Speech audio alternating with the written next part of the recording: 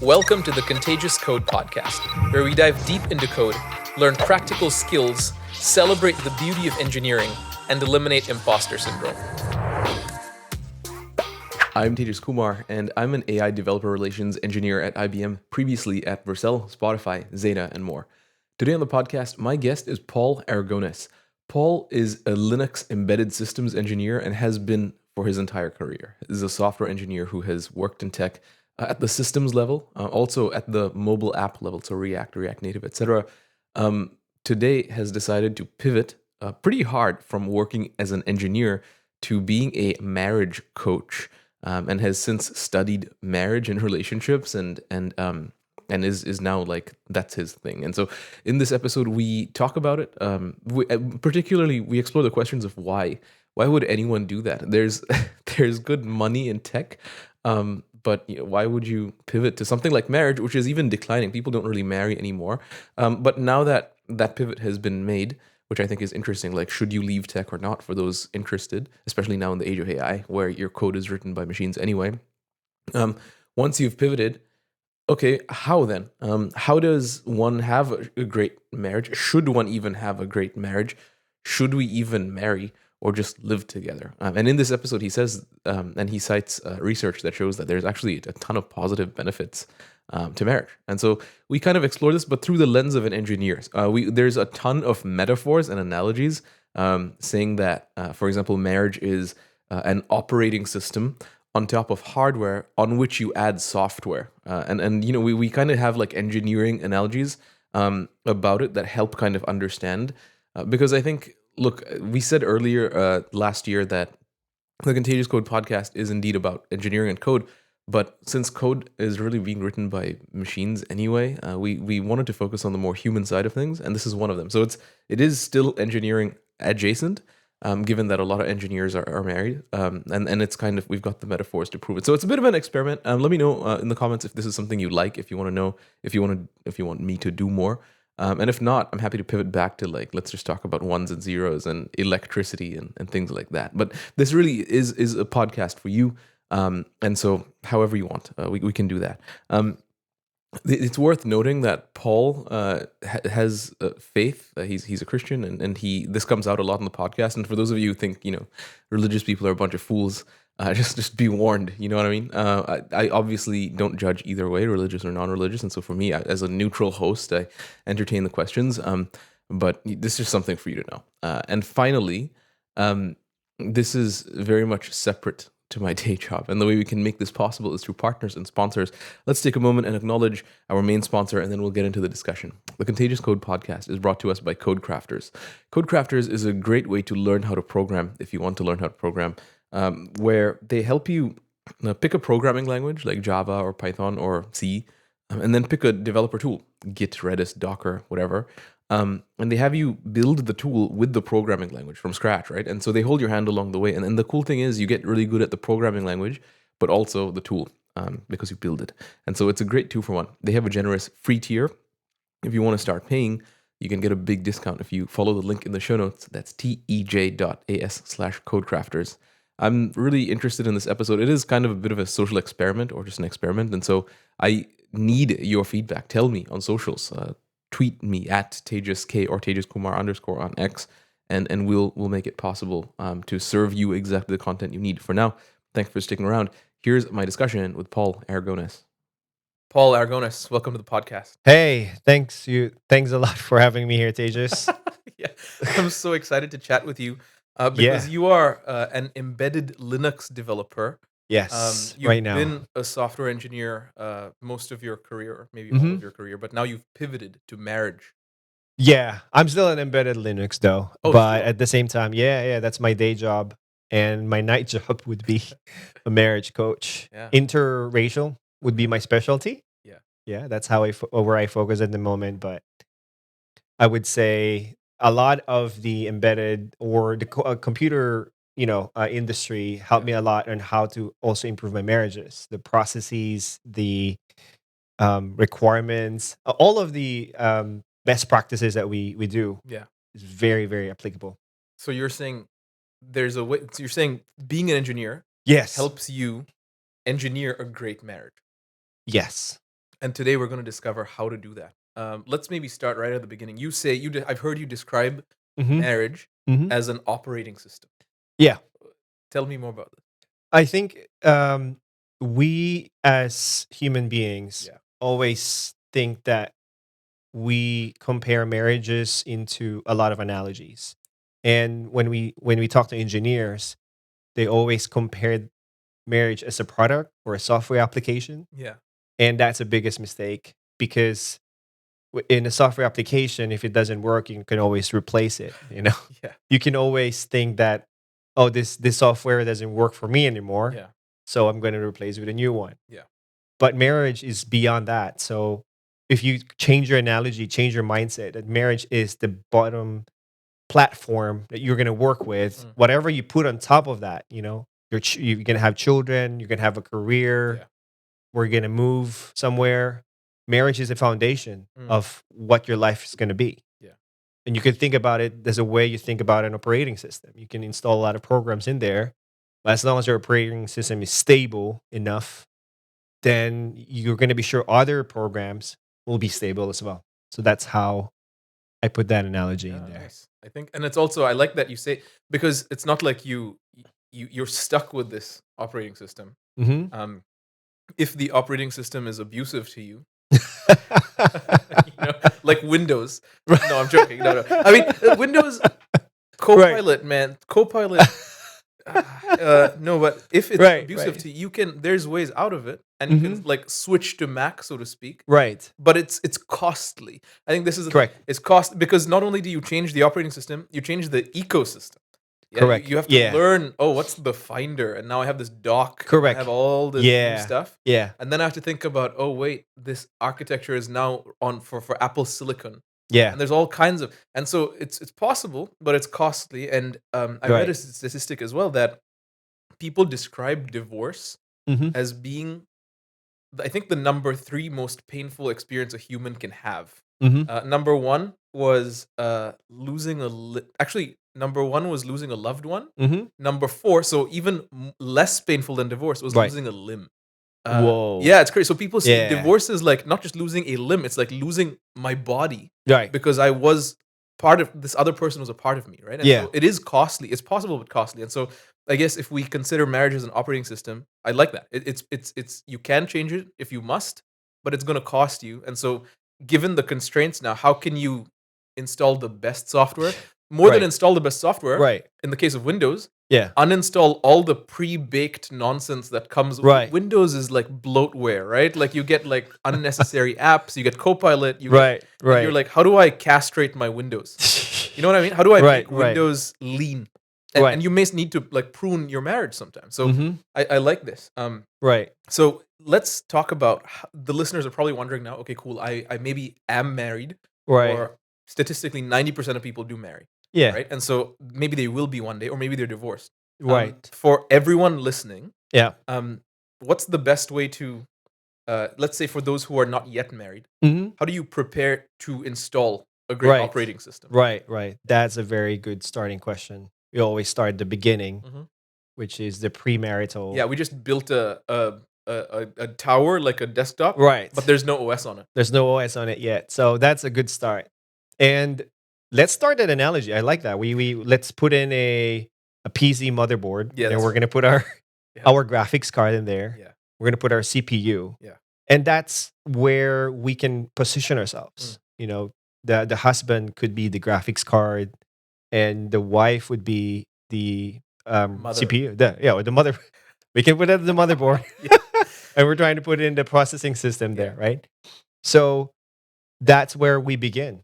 We begin with the specs of how you wanted to have a great operating system.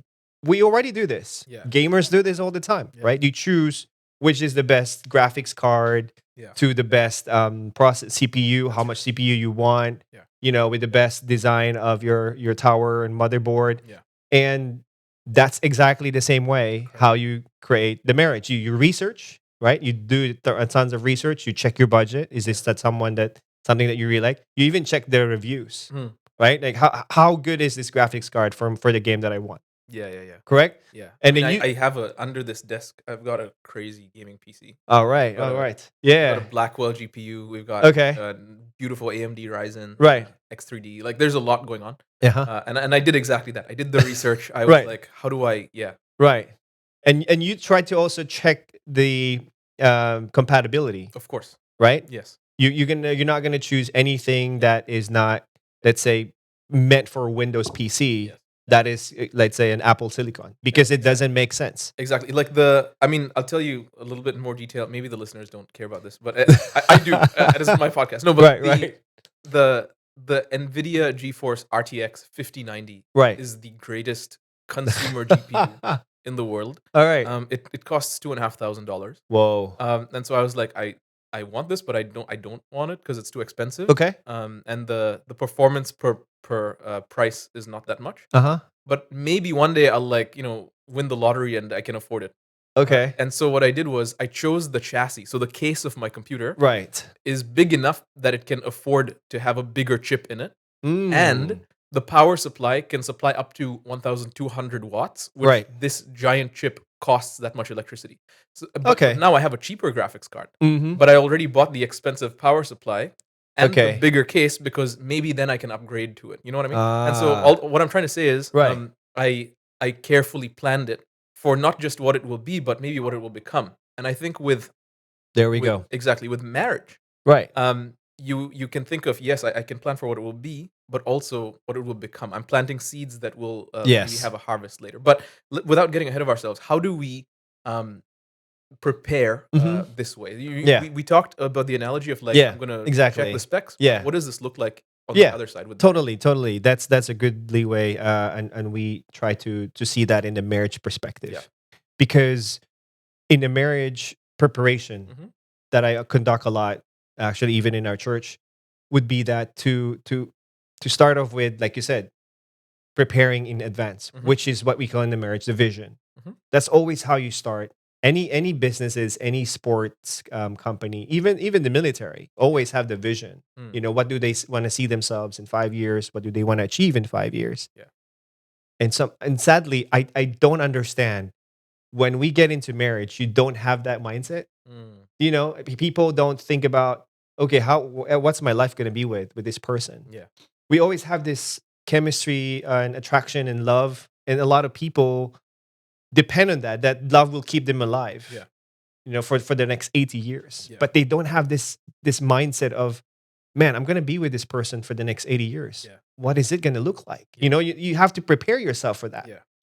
And even before that person comes in, you have to see that vision. Yeah. How is it going to be?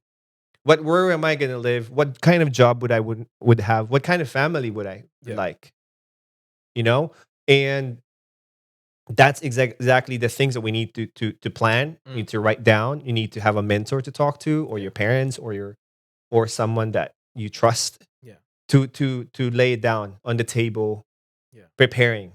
Just as you would like write down a spec sheet. Yes, exactly. And then Yes. like, how much is this going to cost? Exactly. And then with marriage, it's like not so much how much is it going to cost, but what's it going to take from me to then support this this family. Yeah. But marriage is dying, right? Like it's a dying trend. A lot of people don't marry anymore. Yeah. And it's almost easier to just like live together. Yeah. I know people in their 50s who are like, they'll talk about their girlfriend. Yeah. Yeah. And sure. And so should people even marry? Like why plan for it with this much attention and detail? Is it not more comfortable? Is it not just preferable to just like boyfriend and girlfriend until you're until you die? Yeah. Exactly. I must admit, and a lot of couples and married couples put a lot of bad rap on what marriage by design should be. You know, Okay, yeah. there's a lot of and I mean, marriage existed for how long? And as long as humans are alive, marriage has already been there. Yeah. And if you believe in the Bible, you know, ever since in the beginning, marriage was there on day 6.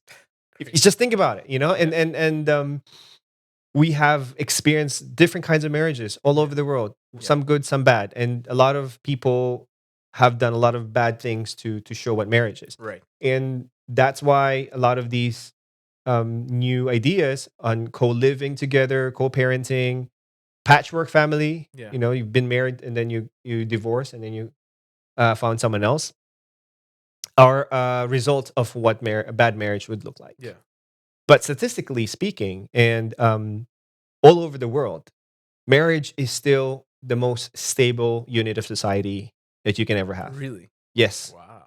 This is not just Western mindset. This is even global mindset and even the Middle Eastern mindset. Yeah. Across all religions. I mean, of course, there are a lot of outliers and bad reputation. But overall, marriage is what builds the civilization. Wow. So it's not even. It has nothing to do with religion or a belief system. It's just this is actually a fundamental unit of society. Yes, always have been.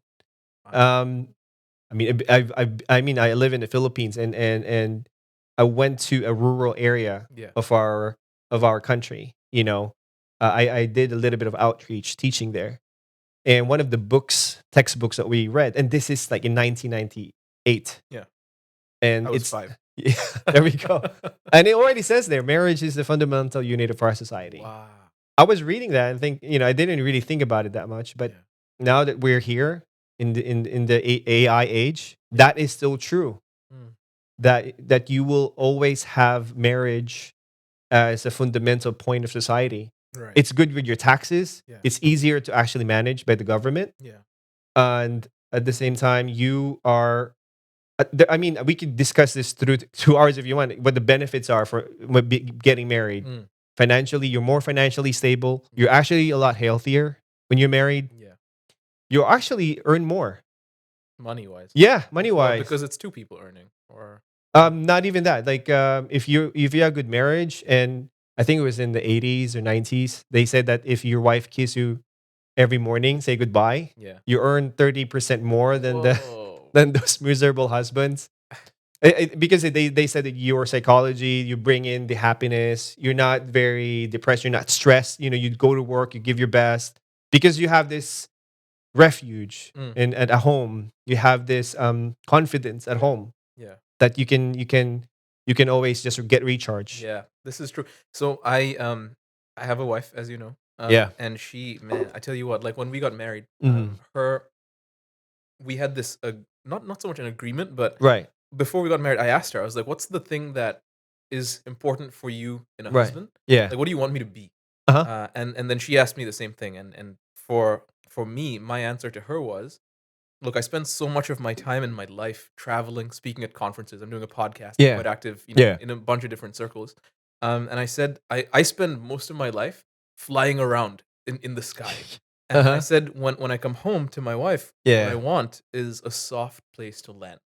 Nice. Wow. And that's beautiful. And that soft place to land, hopefully I get to recharge. Yeah. And then go out and do it even better next time. Yeah. And she was like, okay, I can be that. And in fact, that's on my ring. It's engraved. His comfort. And so because that's what she is to me. And I agree with you. I definitely I'm not even, I believe that statistic almost blindly, that I earn 30% more because she kisses me goodbye in the morning. You know what I mean? And so amazing. I had no idea marriage was so beneficial. And this is, I think, a great answer to like, why do people, or rather, why is it preferable than just like being in some civil union? Because there's more to it. So people have heard that, and they're probably now even thinking, okay, how do I get married? And so we have this spec sheet. Ideally, the partner fulfills some parts of the spec sheet. And for those who maybe don't have a partner, they can start thinking about the spec sheet. But there's a danger with the spec sheet that we were just talking about before we turn the mics on. Right. Which is being too picky. Oh yeah, we thought about. We won't name who we were talking about. But we have exactly. You know what? I will name one friend of mine, Sean. Sean. Sean is picky, man. Sean is very, very picky. Sean. Okay. And he, he wants to be married. He's now my age, and I wish I had that. Yeah. But then he has like a list, and his spec sheet. It's not like, so for me, if we liken this to my PC that I have, I was like, okay, graphics card. I could use a 5070 Ti, or a 5080, or a 5090. Right. And I don't really care, but something in the 5XXX. Right. NVIDIA, there we go. Yeah, exactly. But some people are like, I have to have the 5090. Right. Nothing. There right? we go. And so for those listening, and now they're maybe thinking about their spec sheet. Yes. How do we not be that picky? Right. But how do we also still have like a plan? There we go. Yeah.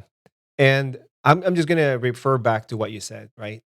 You said that you don't care whether it's a 50-60, 50-70, 50-80, or 50-90, as long as it's a 50 series. Yeah. That's exactly almost the same as when you're trying to find a wife or find a husband. Because imagine if you have a game and the game has 20 requirements for you to run it. Yeah. Do you how many players are going to buy that game? You know, it has to be this specs. It has to be your internet has to have a 1 gigahertz, 1 gigabyte, gigahertz, sorry. And you know, you have to have a specific amount of gigabytes in your hard drive, right? Yeah. And you can only play it at this specific time, you know, and you need to have this and that. You know, this is kind of the requirements for you to run this game. How many people will buy that? No one. But then the picky people will argue, yeah, but I believe in the one. So all I need is one. Right. Yeah. But that's a problem because in choosing the one for you, right, does not equate that you're going to have 10 requirements or 15 or 20. That's not the equivalent of finding the one. That the more narrow and the more difficult for people to come in, that becomes a bottleneck for your product to launch. Does not mean that this is only going to be fitting one person. Maybe no person will fit that at all. Right? So the way we teach in our marriage classes is that you can only at least have 3 non-negotiables. That's what we call it, and at least 5 negotiables. So that's very flexible. People can navigate and you can compromise in some of those things. But you at least need to have 3 non-negotiables in your life that you can never compromise. That still based on your identity, what you values that you hold on to, and what the kind of life that you want to have. And for our churches and Christians, we always already sign out the first of that negotiable, which it should be a Christian. Yeah. And then you can choose the other 2 that you wanted to have. Because that makes it so narrow. Yeah. But not too narrow. Not too narrow. And at the same time, it gives you a better picture of, okay, this is just what I want, you know? You and I think also that's true in the software world, that you cannot have too many requirements. You cannot also have no requirements. The art of a great engineer is when you have enough requirements, right? Yeah. This is probably what you do in your workshops. I worked at a company some time ago, just before Spotify. It was called G2I. Right.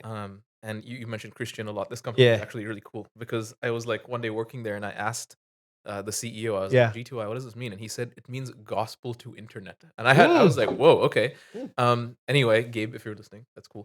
But he mentioned that we used to work in 6-week sprints, not 2-week sprints. And we had we did this process called scope hammering, where we started a new project. We were going to work on this for the next 6 weeks. Right. But speaking of getting the art of getting the right amount of constraints, right. We sometimes started with, we have a very specific vision, right? And it has to be this, and it has to be that, and it has to work on this. And we're like, this is not going to be achievable in 6 weeks. So the time frame was the sort of gold standard. And then we sort of remove complexity here, add some there, and we kind of create a plan that's kind of flexible. Right. That we can do in maybe 5 weeks, maybe 7 weeks. Right. But it's still something substantial that we can achieve in that time, right? And I think that's kind of what you're talking about, is like you have 3 non-negotiables and maybe 5 negotiables. Right. This should set you up with some wiggle room. Yeah. So that you at least end up with somebody. Yeah. Totally. And I think that's where a lot of people, like Sean, like you said, your friend, get stuck with. That they have this mindset where it's too many non-negotiables. Yeah, too many non-negotiables. And if this doesn't fit the frame, then she's not the one. Then you're the one who made that decision. Yeah. Right? It's not even and the other thing about finding the one is because we believe about the magical Disney, perspective of what the one should be. Yeah. It shouldn't be like that. It should be actually a very thoughtful process system that you need to pass through. Right? Like if you build those eight non-negotiables plus the negotiables, you pass that through screen of different people. Wow. Like your friends and your friends. Yeah, your friends, people that you met, do they pass this the 3 non-negotiables and then the 5 negotiables? Okay, then this will fit. Awesome. And then you could have more choices after that. Like, oh, okay, she passes 7 out of 8. And you can say that, okay, she's the one. Yeah. I mean, you and I, Tejas, we are married, right? How did you know that Leia is the one? It's a good question. Because I married her. Did you have the negotiables or not? For me, honestly, everything was negotiable. I didn't really have any non-negotiables other than maybe the God thing but it wasn't so much God. It was like we have the same values, same core values, same, and this works to our advantage today because we value hospitality. We value hosting people, and as you know, our home is full all the time. Yeah. Like we've got lunch, we serve lunch to people. Yeah, and, that's awesome, dude. Yeah, and it's just because we agree on that. And so we've agreed on hospitality, we've agreed on grace, we've agreed on mercy, we've agreed on like these things, which I guess are the non-negotiables. Yeah. But there were so many things that I was like, I do not care. Like money and stuff like this, whatever, man. Yeah. And I give you an example. We actually almost didn't marry.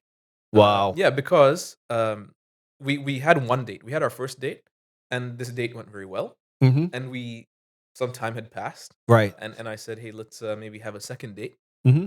She said, yeah, that sounds great. And then she was, I mean, to be fair, she was 19 at the time. And I was also young. And she told her mom, hey, I'm going on a second date with this guy. Yeah. And her mom starts like panicking, freaking out. Whoa. And really? She told me, because, oh my gosh, you're just 19, Uh-huh. And then she told me about it. Hey, my mom's freaking out. And that's when I told her, I was like, oh, then we just don't have to. I was like, I would rather your mom be healthy. Right. Yeah. Have some panic attacks. Yeah. Let's maybe skip. That's fine. Really honoring the mom. Yeah, that's nice. Yeah. And so I think why I felt she's the one, because like I genuinely didn't even hold on very tightly. And I was just like, exactly. If we can be together, then we'll be together. Yeah. And if not, then I'm not going to hold too tightly onto something that is not mine anyway. Right. And I think some people maybe mess this up by being way too clingy, and they'll insist on a second date or something like this. Right. And I've heard someone say recently that desperation is like the most unattractive thing anybody can express. Right. And so exactly. For me, I was just like, okay, we don't have to. And then she was like, no, it's fine, let's do it. And so we had a second date, and then 2 years later we got married. And so right. But I kind of knew she was the one because nothing really went so wrong that we couldn't come back from it. Right. And I did have an expiry date. So to continue the engineering talk, right, with anything, with any input-output style operation, there's timeouts. Yeah, for example, of course. If a website takes too long to load, timeout. Of course. I set a timeout on our relationship, and I said on the first date, actually, I said, so kind of here's my plan. Here's what I want for us, right? And then we can compare what you want for us and see if we can diff. And we can see if there's alignment or not. Right. Right. So I said, here's what I think. I'm the kind of person who I would rather not have a situationship. I would rather have a little bit of intentionality. Mm-hmm. And so like we'll date casually for a little while. Right. No more than 3 months. Okay. And then if we still like each other 3 months into sort of lightly dating and getting to know each other, yeah, then we'll have a relationship. You will be my girlfriend. I will be your boyfriend. Right. And after this, we can be boyfriend and girlfriend. I'd say no more than 2 years. Okay. I think we did it for 1 year in the end. But I said 2 years is kind of the timeout. Right. And if we still like each other, then I will propose to you. Okay. And you have all the freedom in the world to say no, to do whatever you want. Yes, I will honor. There's no pressure. Right. I'm not going to manipulate you or anything. Right. Else. And so that's the plan. And if I'd love to. And so I heard her side also, and she surprisingly, and this is what I mean. We agreed on the values. She just agreed. She was like, "That's exactly what I was thinking." Right. I was like, "Great." Right. And so time passed. Yeah. Eventually, we were still together. Yeah. I proposed. Yeah. And she said yes, and it's been like rainbows and butterflies ever since. Nice. Yeah, but that's so I went in. That's how I knew she was the one. We just fundamentally agreed on most. Right. Exactly. There was no magical Disney princess or fairy showing up. The magic up. came later because there we go. Yeah. Exactly. Right. Exactly. It's all about the decision. Yes. That you make. Interesting. it's not this magical chemistry coming out of you, the sparkles in the eyes. It's there. That's called attraction. Yeah. But that's not the decision making to decide if that person is the one or not. Because you're gonna have all those chemistry with a lot of women. Yeah, I do. Right? Exactly. Right. We talked about that before our our recording. Yeah. And in the past, that when you're trying out different people, you're gonna get that attraction a lot. And so, man, we sometimes have attraction for people on a screen. Like some actors are exactly right. Yeah. So you cannot base your whole life on that. I mean, you could. It just wouldn't be very pleasant. Yeah, and that's where the media is problematic on how we were taught to believe what marriage is about. So that is where your story is beautiful, man. Then I didn't know that, and this interesting part is I also have a timeout. Oh, you do? Yeah, man. Okay. It's I don't know if every engineer is like that, but you have this timeout of when you're going to decide when to move on, right? Yeah. Exactly. I also had a timeout with my relationship, and but for me, it's not the time; it's about the decision that my wife or my girlfriend then at that time will do. Yeah. So that's where I believe that you have this kind of already set up something if you're going to get married. Is that you position yourself into all of this situation that it has to be 2 years, like you said, right? It has to be. I mean, it's right. Gonna be a different number for other people. Yeah, of course. So my point is that once you go, because we're still going on how to build a good marriage. I just going back to that, is that you start researching, you start preparing yourself. That's what I'm saying, and making all those conditions set to you. That enables you to move on to the next phase, which is marriage, like what you just did, or not to move on. Right. And that would be a problem with a lot of people as well. They didn't think about it thoroughly. That I'm gonna get married right now. That means life-changing events. Like you don't go to marriage and feel that it will just be the same as you were when you were single. And that's a problem. We feel, and this is problem more with men than women. That men usually tend to expect that everything will still be the same when they get married.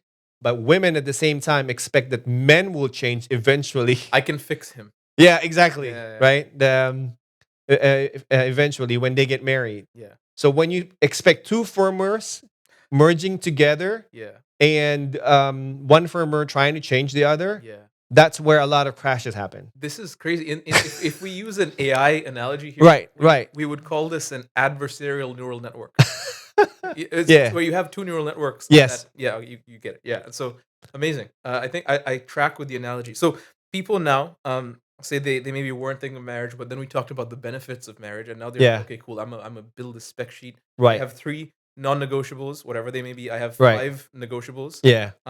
Cool, let's go. And so now there's groups of people who some have partners. They're going through the spec sheet. They're asking friends and family.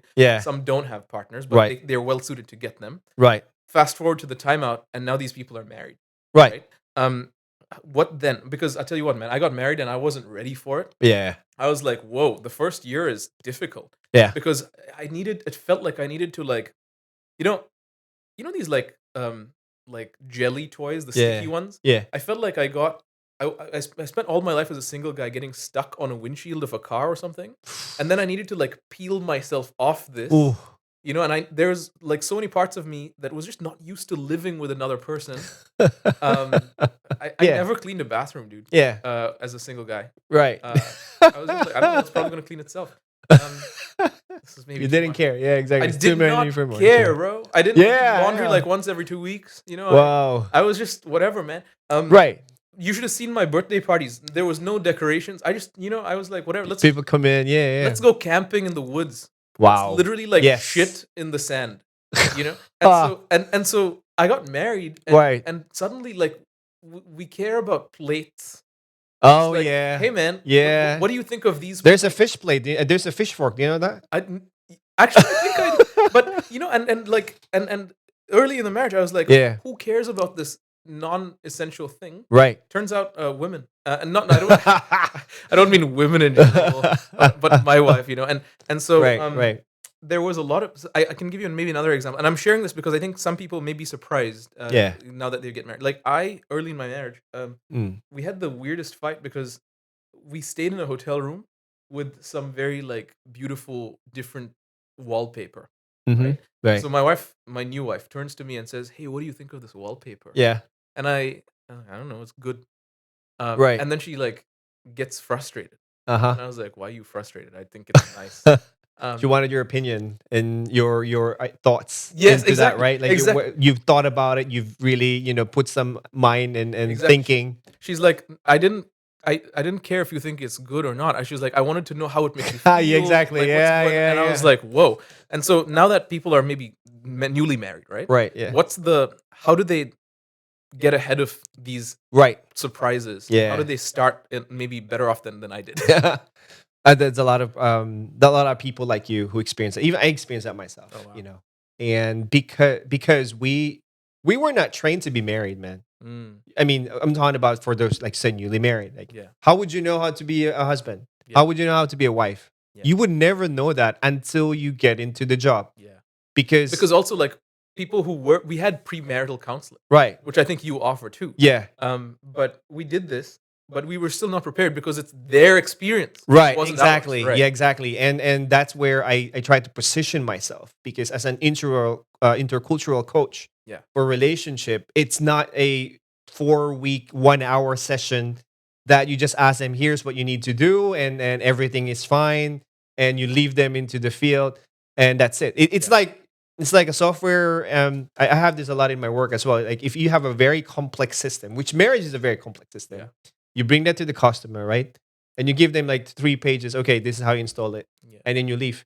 Yeah. How do you expect those guys who had no experience, but that GameCube would be, to just make it work? Yeah. And here's the thing, and here's the truth: marriage by default, any system by default is unstable.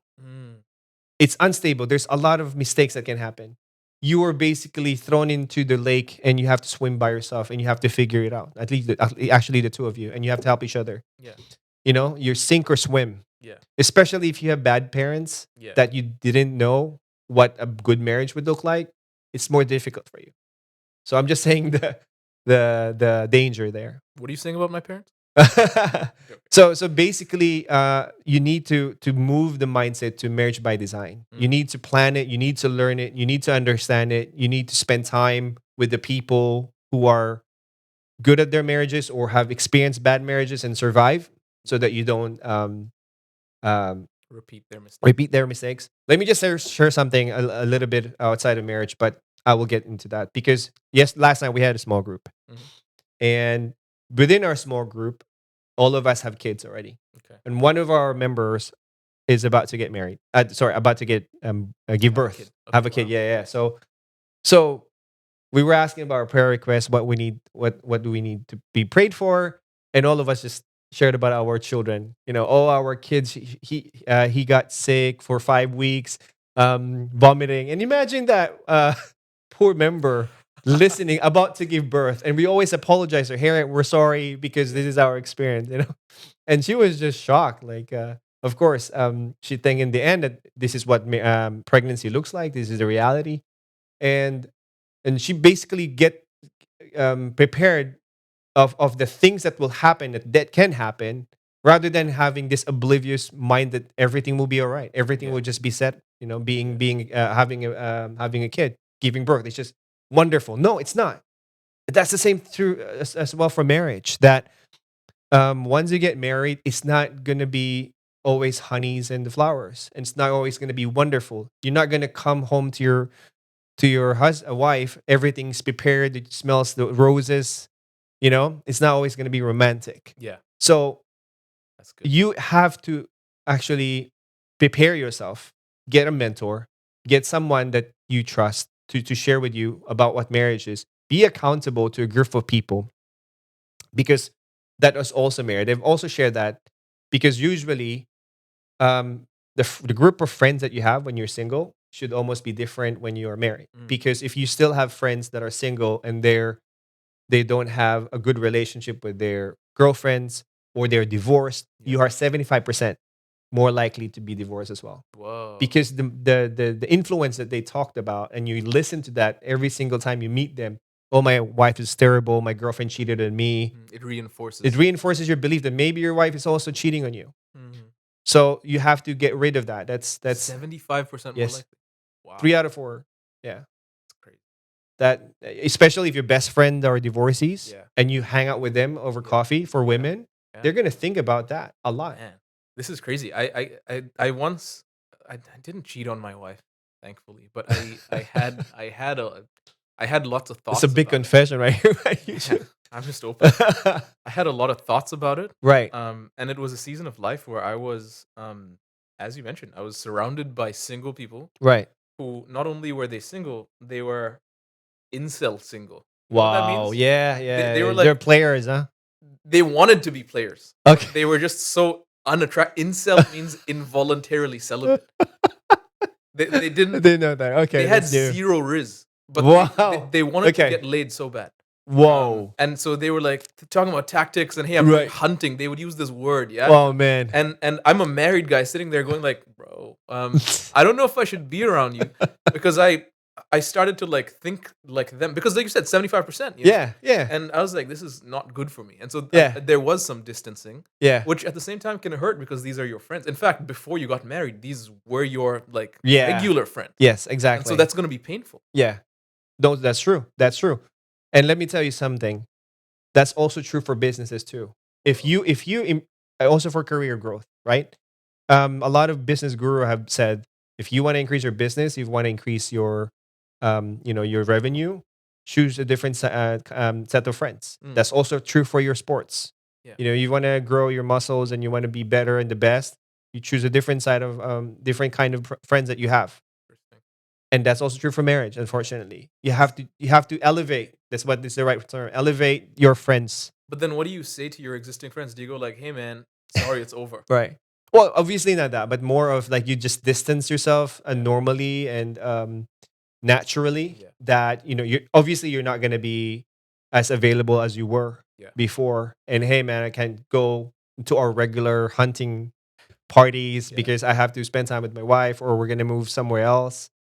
And you still meet them, but they're not like the first, their closest friends anymore. Yeah. Like if you have a birthday, you invite them maybe once, twice a month or a week, a year. Sorry, but then you have a different kind of friends that you hang out every week and they talk about ideas, how to become a better husband, or how to improve your business. Yeah. And that's also true. Yeah, it's crazy because when I was also newly married, the reason I even like spent time with these guys was, and they're not bad guys, of course. They're still good guys, Yeah, exactly. But the reason I spent so much time with them was because I was so adamant about I can't let my marriage make me like give up on my friends, so to speak. Wow. And because I was on the receiving end of this, where I had really close friends, right, and then they got married, and I never saw them again. And it hurt me, and I didn't want to do that to my friends. And so I was like, I can't be that guy. Turns out it's necessary to be that guy. They don't tell you this, man. Yeah, that's the fact of life, man. It sucks. I have some friends back in Philippines who are not as close as I have with my new friends now. Yeah. Just because it's you have a different life. It's a different season that you're going through right now. That sucks. Yeah. But they're not the people that you're gonna spend the rest of your life with. That you thought they would be. Yeah. You prayed with them. You spent 4 a.m. until 4 a.m. with them. You cried with them. You prayed together like I want to be a great guy someday. Yeah. They prayed out with you. Yeah. That's my story. I thought they will be my friends forever. Yeah.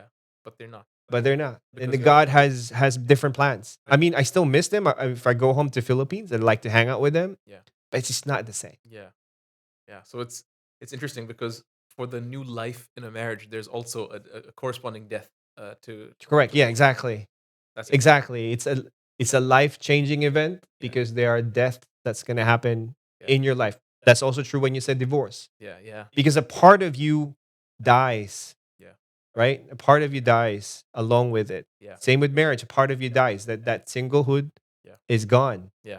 I did read research about this. I'll put a link in the show notes that people who go through divorce, right, they're just never the same.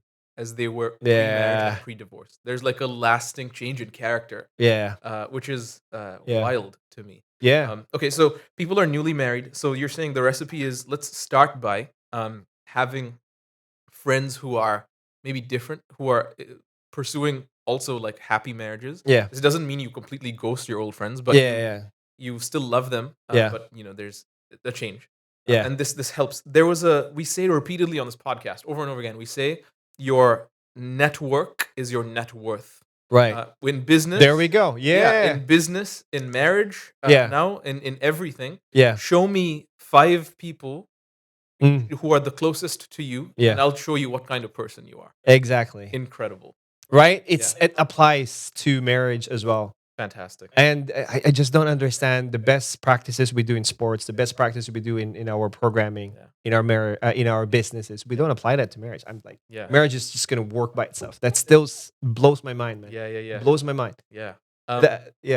Incredible. So what I'm hearing is we have to be intentional and optimize for the health of the marriage, because if we then distance ourselves from maybe our old friends, right, or maybe not old friends, but like friends who are not also pursuing marriage, like being happily married, and we have these new friends who are also married couples and they're trying to figure it out. The converse is also true. Not only do we have a happier marriage, we also then severely mitigate the risk of divorce, because you're going to have people around you who are like, look, I'm in this too. Interesting. Okay. And then they celebrate your marriage with you. And they know your spouse, you know their spouse.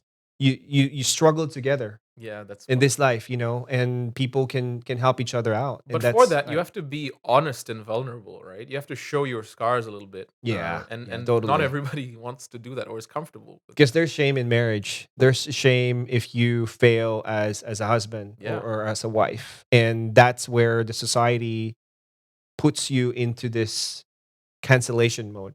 They will cancel you if you're not a good husband. They would have expected you that by default you're going to be good, but you're not. And they're not helping. So you have to have that group of people, and you have to also have a mentor. I've always said that my own marriage will not survive if I didn't have those people who love us, who shower their life for us. Because by default I would have left my wife, and she would have left me actually. That's how bad it was. So you need those people around you. It's about a support system. So it's not just hey, I have new friends now. It's hey, I have a finite amount of time. And I'm choosing to surround myself with mentors, with a support system. Because it needs it. I think this is very interesting. Also, like from a software lens, right? We put support systems around. Totally. We put a lot of those in our world, we put a lot of those quality gates, we call it, before you even release a production. Ensuring all the unit tests are passing, ensuring that every release that you have has been tested. You have CI, you have like GitHub actions. Exactly, right? Like, just to check everything is just all right. And you do that on a monthly or weekly basis, in a nightly basis. You run the test, ensuring everything works all the time.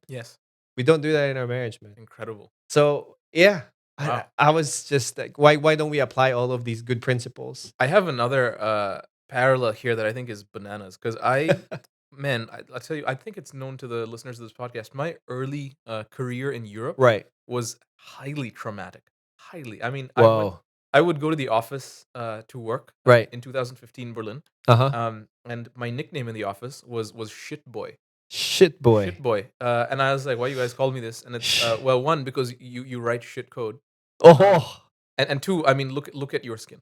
And they said that this is 2015. It's like 11 years ago. Yeah. They said that. And whoa, I would go home crying like twice a month or something like that. It was bad. But what I didn't have in the middle of that was a mentor, career-wise. Right. And now, thankfully, we've come a long way. Right. And in good engineering organizations. If you're maybe a junior or even like a mid-level engineer.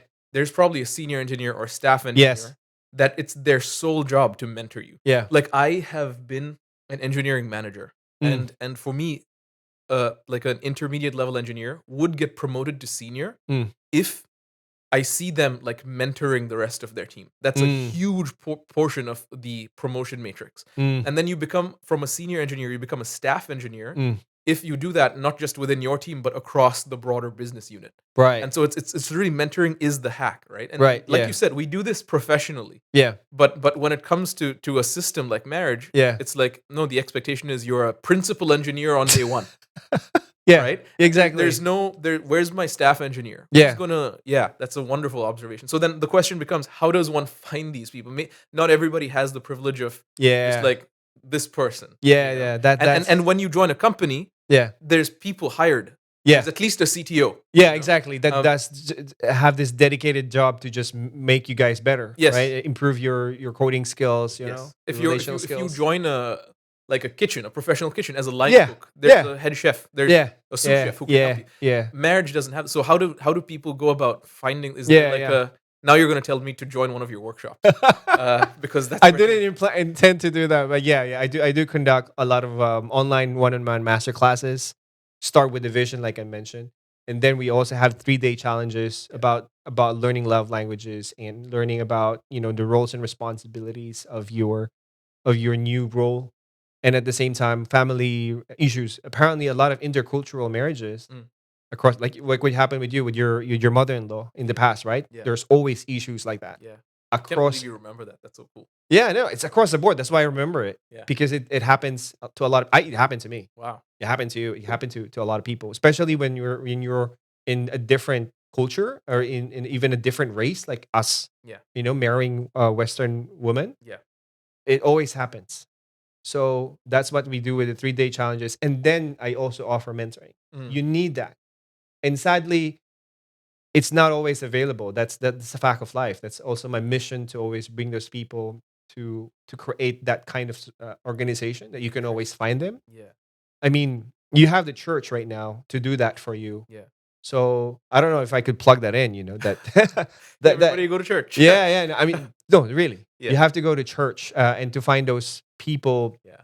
But what if people are not Christian, bro? What about the Muslims? What about the Jews? Yeah, exactly. That's something that's really difficult. But I do believe that in a place of religious temple or beliefs that you have, there's always going to be people out there who are more zealous than the others. Yeah.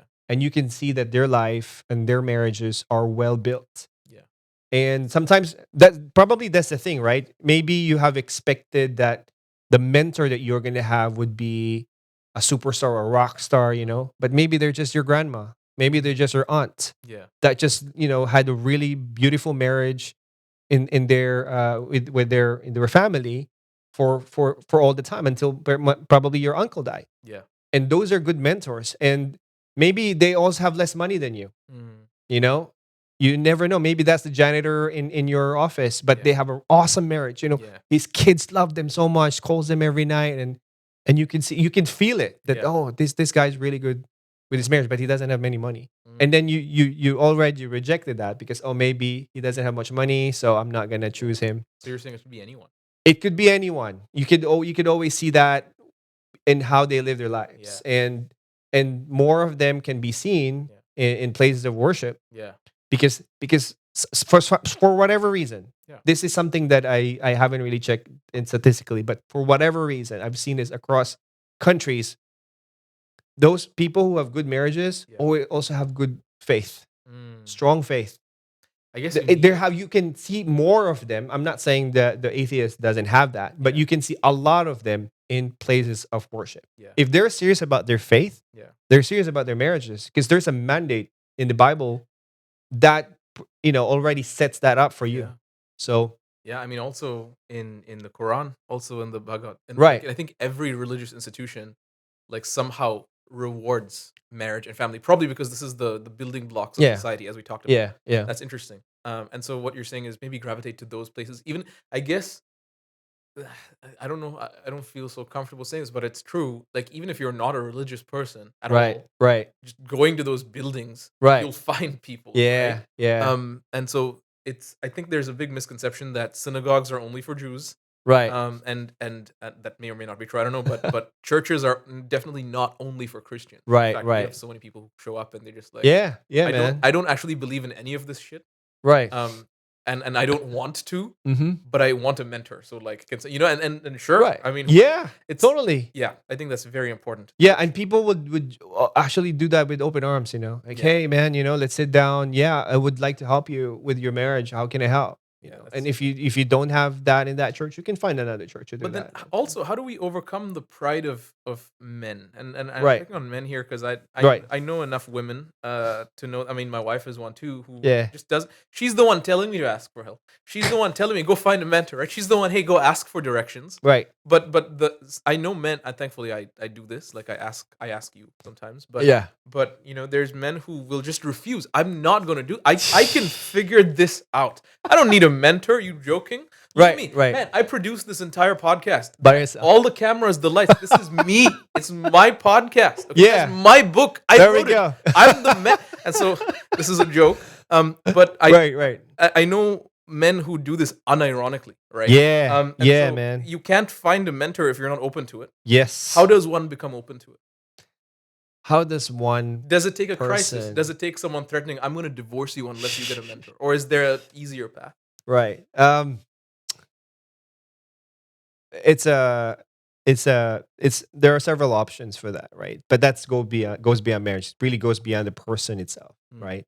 You can learn from the other people's mistakes, right? You can learn from other people's experiences, but you can also learn the hard way. Like you said, like you have to be divorced, you have to be miserable before that happens because you ignored all the other warnings that people already gave you. Yeah. And that is actually a good tell sign before you get married if how open a person would be. That's a growth mindset. It's not a fixed mindset. Yeah. And that would be one quality in one of the non-negotiables I would put in for people out there who's not yet married.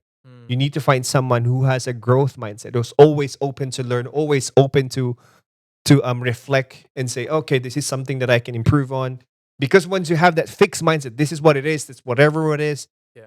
It's no matter what you do, that will bring the issue into your marriage. That's also true for women as well. There are also women who have this fixed mindset, everything is set. Yeah. Because of the pride, like you said. You built this podcast. Yeah. How do you think you can teach me about marriage? I have more money than you. How do you think you can teach me about marriage? Yeah, exactly.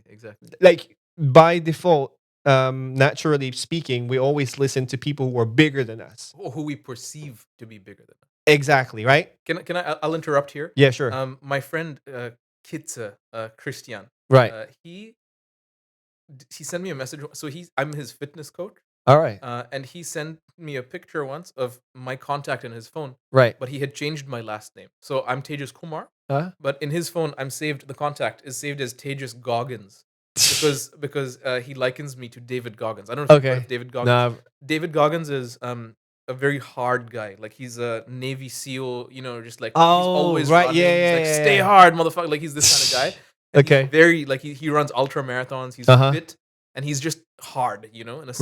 Right. And he said, So that's how you do it to him. yeah, and he's like, I call you this because I think you're a badass, like hard guy. Okay. And he intended a compliment, Right. but I rejected his compliment because I told him, I was like, don't call me David Goggins because yes, he's fit and he's Right. healthy and he's Right. strong. Right. But also, he divorced his wife and left his child without a father Oh. because he wanted to go be a Navy SEAL. Oh man. And I don't think I would be this man. Uh, And again, no disrespect to David. Yeah, Goggins, yeah. right? Like he's achieved a lot, and I think that's right. wonderful. Yeah. But at some point, you also have to count up the cost, and for me, that's not a cost I'm willing to bear. Mm. And so his perception of this guy Right. is bigger, but Right. my perception of this guy is he's strong, but also an absentee father. Right. And Yeah. so I guess we go seeking after people we build up in our mind. Yeah. Which is also maybe why they say never meet your heroes. Wow. That is true. Yeah. Yeah. No, that's true because we always think naturally that this guy will help me in this specific set of my problems. Yeah. Then he would help me with all of my problems. Yeah. And that is where we fail. Yeah. Will Right. he be my father?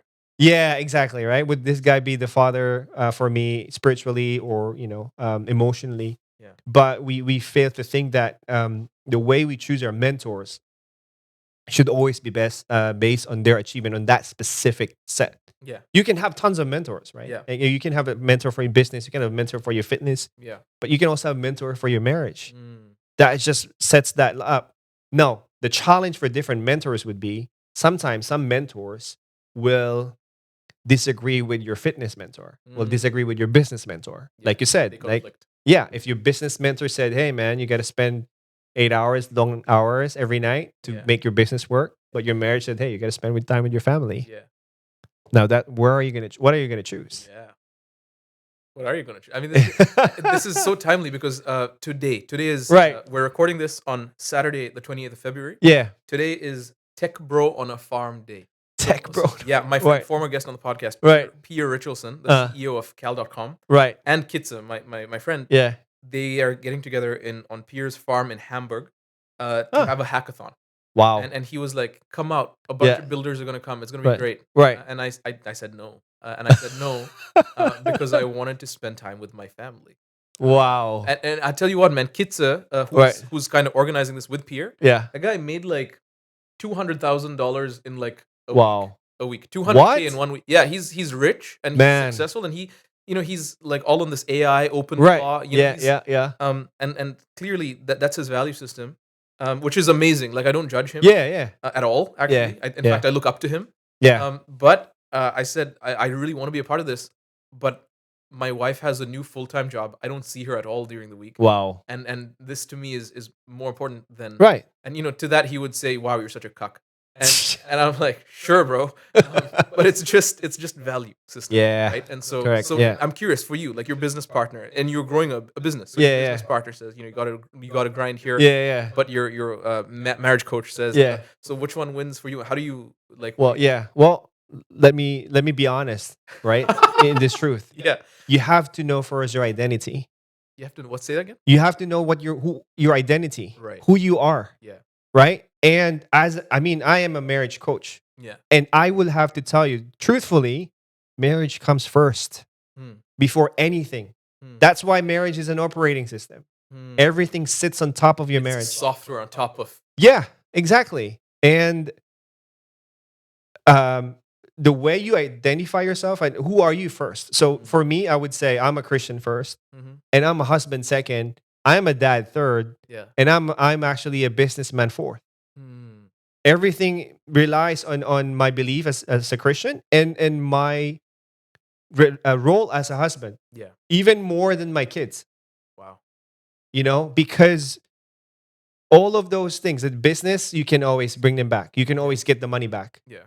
Right? With the way you relate to your friends, like you said, right? We can always have that relationship again. Yeah. With your children, they will leave one day. Yeah. You're never going to spend your time with them the way you're spending time with them when they're young. Yeah. That's the fact. Yeah. But your wife is forever. Yeah.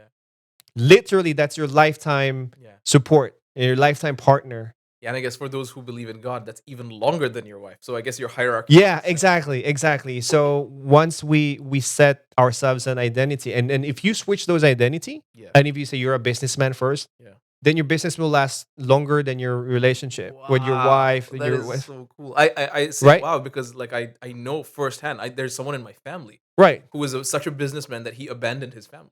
Yeah, because he was a businessman first. Whoa. Yeah, and you think that, I don't know, man. I mean, there's a lot of Elon Musk, for example, and a lot of successful business guys, right? Yeah. And successful is again how you define. Exactly, and I guess in the tech world, we listen to them when they talk about tech or how to improve your software systems, right? But I don't understand why when they're being asked about relationships, like, who's this guy? Who I mean, how can he tell me about how I relate to my wife? Yeah. He can't. Yeah. And he has no authority. I mean, he can say whatever he wants, but he has no authority to speak about those things. Yeah. So because he hasn't built a functional marriage. Yeah, exactly. And the way we listen to those mentors that we're going to have will always be in conflict, always. So you need to define who you want to listen first. So which mentor takes precedence? Yeah. Derived by your identity. Correct. Incredible. Yes. So I guess it's so important. We talked about the spec sheet for a partner. Yeah. It's important to have a spec sheet for yourself. Correct. Yeah. Who am I? Yeah. What do I care about? Yeah. Do I care about making millions in a weekend off some open claw app? Yeah. Or do I care about maybe even being poor but happy with my wife? Yeah. That's interesting. I think there's also like societally, like systemically, the European Union cares more about happiness than like going to Mars. Like the US the US moves the world forward in terms of tech. Right. And the US Right. moves us to other worlds like Right. Mars and stuff. Yeah. But the culture is like you got to grind. Yeah. You got to grind for healthcare. Right? And Europe is like Right. we are a different nation and we value different things. And I Yeah, think that's such yeah. a beautiful Yeah. you just have to have your identity established. Yeah. Wow. You need to know, who you are first. Like, Yeah. what is the most important thing for you? Who do you define yourself? Wow. Are you a husband? Are you willing to be a husband first before Wow. your marriage? Or are you willing to really grind, Yeah. but that at the cost of your marriage? Then might not be married at all. Yeah, and of course you've got to be like context appropriate. Meaning, like I speak at conferences, and Right. those are work events. And so Yeah. what I will do is I'll honor the context. I'm not going to show up on some like tech conference stage and be like, "Hey, everybody, I'm a Christian and I'm a husband." That has no place there, right? Right, Because right. nobody wants. Like, I'm not going to hand out like Bibles to people, Right. because nobody cares, frankly. Because we're not there for that, and we can talk about that separately. But Right. we must honor the context we're in Mm. as well. And so I really appreciate your words there. I want to hear about Right. we've talked a lot about God and religion and stuff like that. Yeah. In a very tech podcast. Thank you And for having me that. Yeah. I tell you what, man. I said last year that the podcast is graduating beyond code. Wow. Because code can now be written by AI and nobody cares anymore. Yeah. But things like marriage and life stuff Right. is a uniquely human experience that machines can't yet anyway take over. So Correct. it's good that we're doing this. I wanted to two topics quite important to me and in front of mind. One is you talk about God, you talk about church, you talk about all this, but there's no denying that churches and religion as an institution is and has been and to this day still is abusive and painful and controlling. I mean, I've heard horror stories of like women being told they have to be this or be that and they have to be submissive to all men, which I think is bullshit. And so all of this, right? And so there's a ton of church hurt. Not just church, bro. Like Iran, this country is at war today. And everybody hates them because of religion, really. Right? And then you've got Israel and Palestine beefing again over religion. And so I mean, so this then bleeds into, since religion so closely recommends marriage. Whatever beliefs you have about men controlling women and women being evil, whatever it may be that people have, I don't agree with any of that, of course. That finds its way into marriage. Right. Yeah. And traps people in really abusive marriage. Yeah. And then they come to you and say, "Hey, Paul, coach me or coach us." Right. What would you say to that? Okay, so you started off with the environment where we are at right now in our culture, in our history, right, and in our religion, and there's no denying that. That's a fact of life. People, men, in particular, have abused their wives into submission, physically, emotionally, and which even like rape happens in marriage. Like there's this so in marital rape. That's why you say yeah. Right.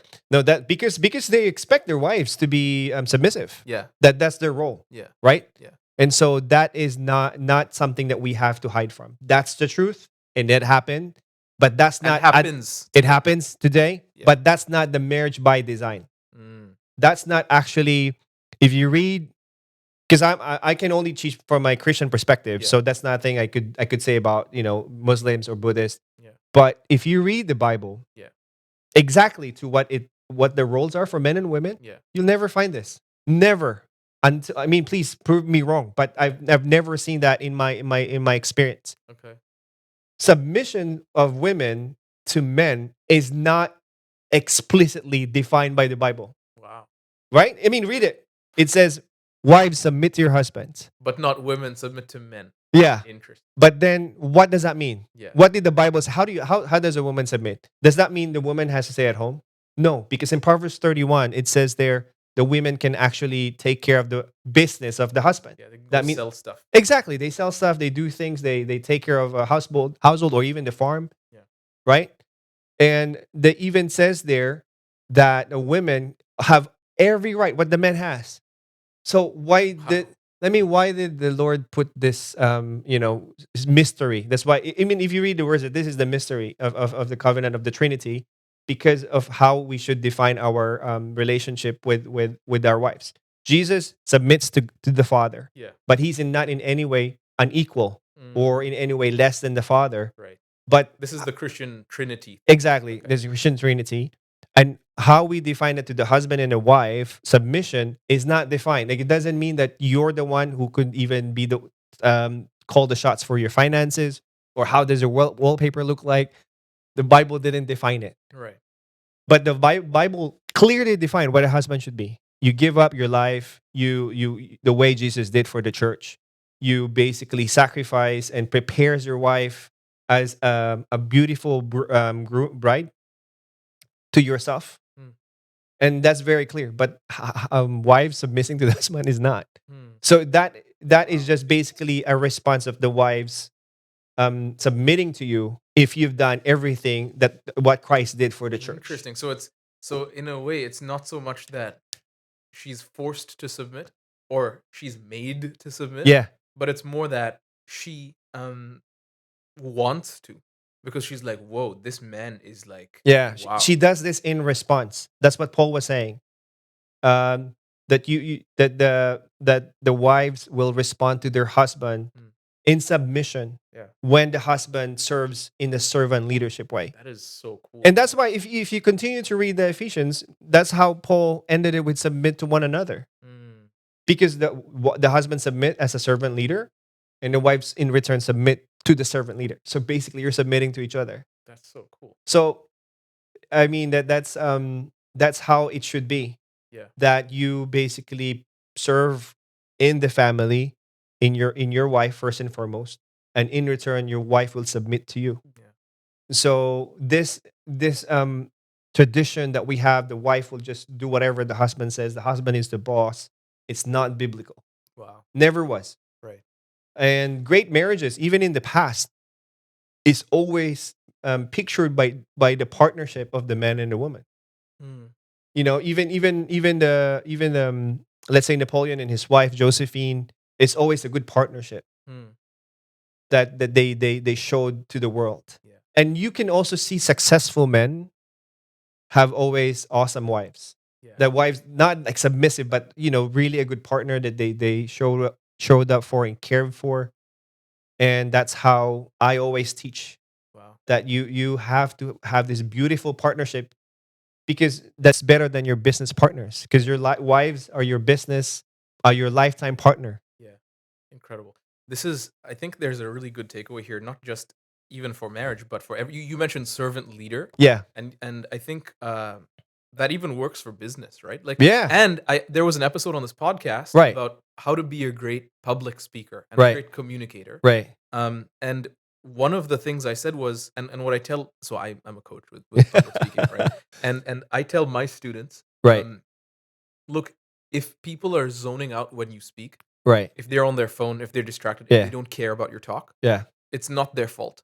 Right. You're not serving them correctly. Mm. And I think this is and correct me if I'm wrong, but I think this is the answer to, like, there's men listening to this who will say, I do everything right. Right. I lay down my life, I give her attention, I give her time, whatever, but she's just a bitch. Like, she's a ball and chain, and she will just not, Yeah. No, that's true, man. And would you say then to them, no, I think you're just not serving her correctly, because Right. the natural outcome to correct servant leadership is reverence and submission. Does that track, or how would you handle this case? I will not deny, that's for sure. There's a lot of bitches out there. I mean, that's so bad. No, I mean, there's a lot of women who are really not prepared or not well mentored. Yeah, exactly. Right. That they have a lot of issues with themselves. They have a lot of drama in their life that they will bring into the marriage. Yeah. That's why women also have to prepare for these things, because they have a lot of baggages that they have and period cycles. You got to know these things, man. Yeah. And what do you say to your to your students then? How do they serve their people well? That's a good, yeah. So I tell them, you may think you're serving them well, Right. Yeah. and you may think you're doing everything right. Right. But that's what I say. I say it really depends on how they respond to you. Mm-hmm. Because if you're doing it right, then the evidence is their response. Right. Like Diazno, a previous guest on the podcast, he said communication is not just what you say; it's what they understand. Exactly. Right. And so for me, if she's not picking up what you're putting down, right, or if you're doing a public speech and your audience is just it's not connecting, right, then it's because you're not serving them correctly. And I would even say this, like, no matter how, what your partner has gone through, right, if they are not returning, if they're not reciprocating, it's because you're not meeting them correctly. right, And you may be meeting them according to, I don't know, some like religious standard you have, right, or right, some book you read, yeah, but it's not what they need. Right, And, correct. And you'll know what they need when they respond to you, right, with reciprocity. Correct. Does that make sense? It makes sense. And there's actually a term for that that's completely parallel to the computer world. What is it? Languages. Languages? Yeah. You're talking about love languages, right? Exactly. Okay. Right? Programming language.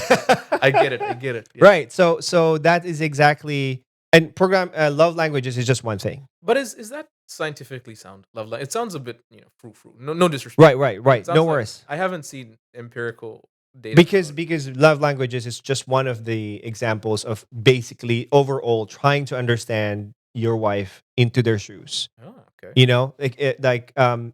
What do they want to eat? I mean, because the way we started, right? What's your favorite food? What's your favorite movie? Yeah. What do you like to do on your weekends? You're trying to build that picture to understand what your wife is and who she is. What's her identity? Yeah. What are her concerns? What are her issues? What are her fears? Yeah. What something makes her smile? What is something beautiful that she enjoys? She spends times with. Yeah. And love language is one of them. And the goal is, this is also true for your public speaking. Comedians do this really well. It's called reading a room. Right? Yes. You read the room, but what's the vibe? What's the feeling of these people? Yeah. What are they interested in? Yeah. And it's a real time thing where it's not just like when you get there forever, but as you say each line, you're trying to see, did it land? How did it land? Right. Yeah, exactly. How did they react? Right. Yeah. It's not like you just keep on giving jokes after jokes and then say, okay, I'm doing my best. Yeah. But they're not responding, and you feel like you did your best because you delivered the jokes, but you're a bad comedian if they didn't respond. Yeah. That's exactly true for being a husband or a wife. Yeah. If your spouse don't respond well because you're not giving them the right communication that they would understand. And communication goes beyond the words. Of course, we know that. We know the body language is a big factor. Yeah. But beyond that, that is where you know them as a person. Yeah. If you have spent more time with them, understanding their fears, what really bothers them. And this takes experience together in your life. Like if you've paid attention. Yeah. That's the most important thing. Wow. Where let's say you go to church, and then sometimes those nuances that's actually really big is it takes time to understand that. Yeah. For example, if you go to church, right? Yeah. And you notice that you were always late. Yeah. To church, and then one time your wife said, and she said this in passing, I actually don't like being late. Yeah. But then you ignore that. Over time, it builds up. And then sometimes you're going to have a big fight where it says, I don't really want to be late. Yeah. But you didn't take note because you didn't pay attention. Yeah. So if there's one person that you have to have 100% concentration to give to, that would be your wife and your husband for that matter. Yeah. No one else takes that much attention to you from you. Yeah. And ideally, you're so in love with them that it's not even work. Like, you want to pay attention to them. Yeah. It's almost just natural. It feels wrong to not pay attention to them. Right. Yeah.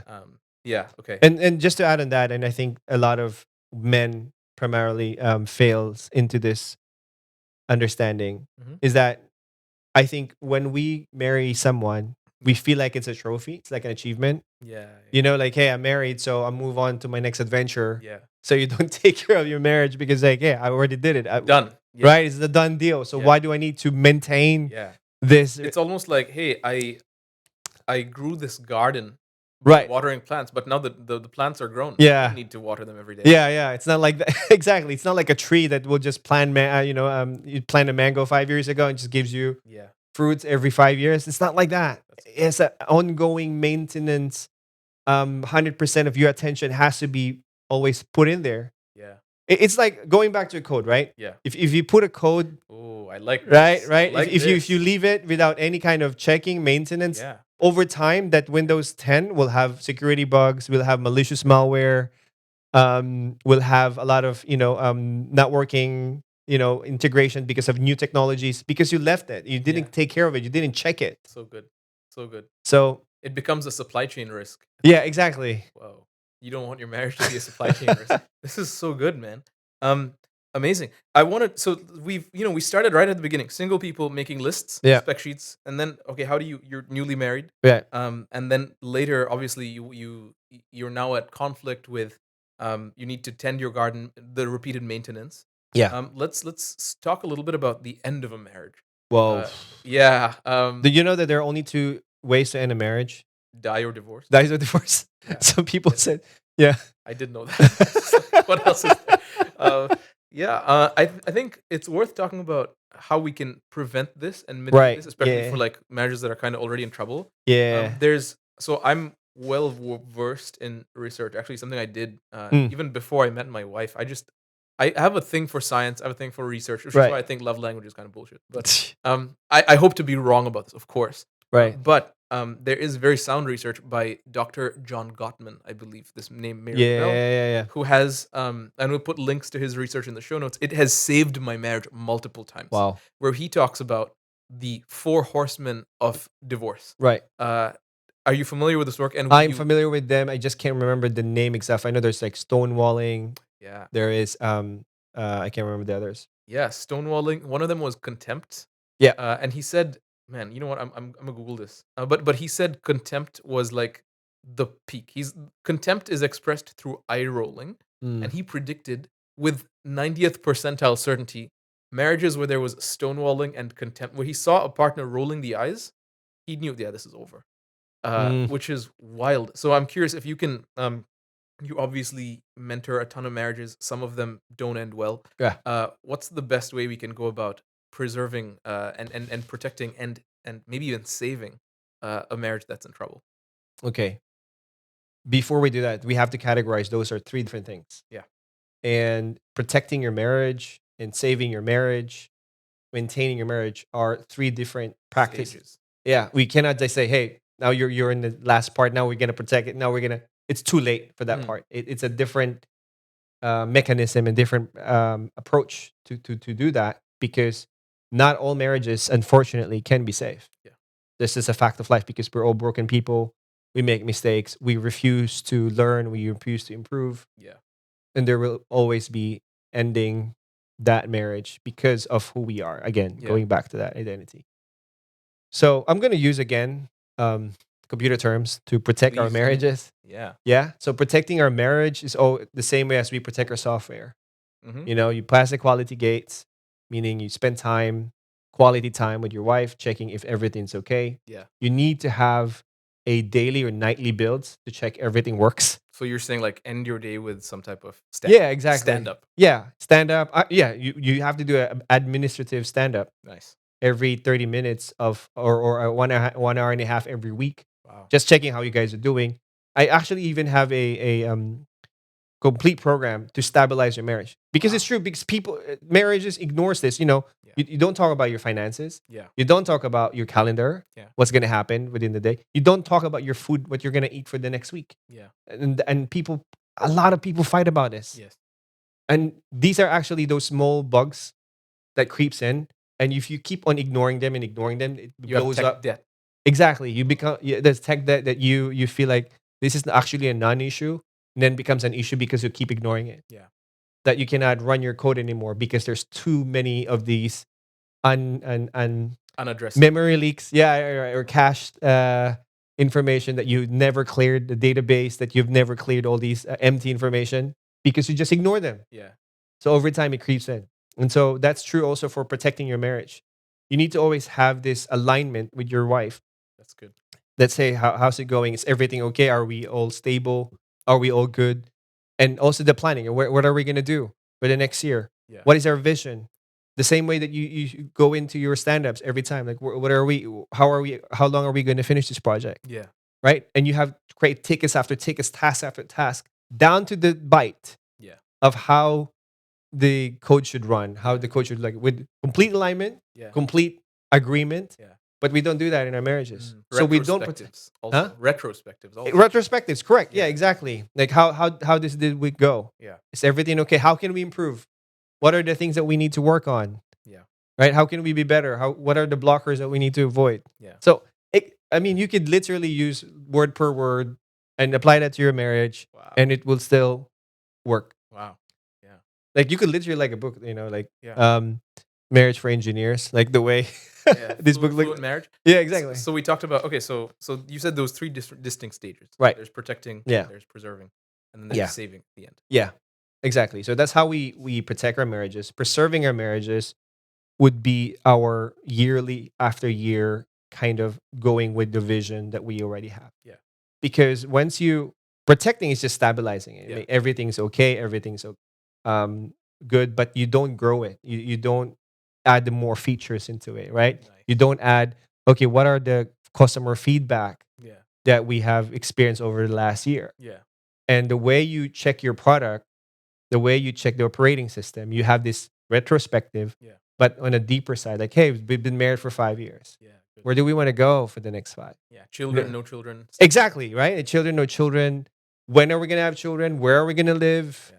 Where are we going to have our next car? It's as simple as that. What are your dreams? Yeah. People change over the years. Yeah. The software also deteriorates over the years, and it changes the need and the demand. Yeah. And you're gonna pick that up by preserving your marriage, by always having this quarterly or monthly, but you need to have this alignment every time. That's good. And that's what actually, in the DevSoft world, right? You always have to shut down the system for every year, maybe Christmas time, so that the system will just rest and like clearing all the caches in the database. Yeah. That's how you preserve the infrastructure of your company. Yeah.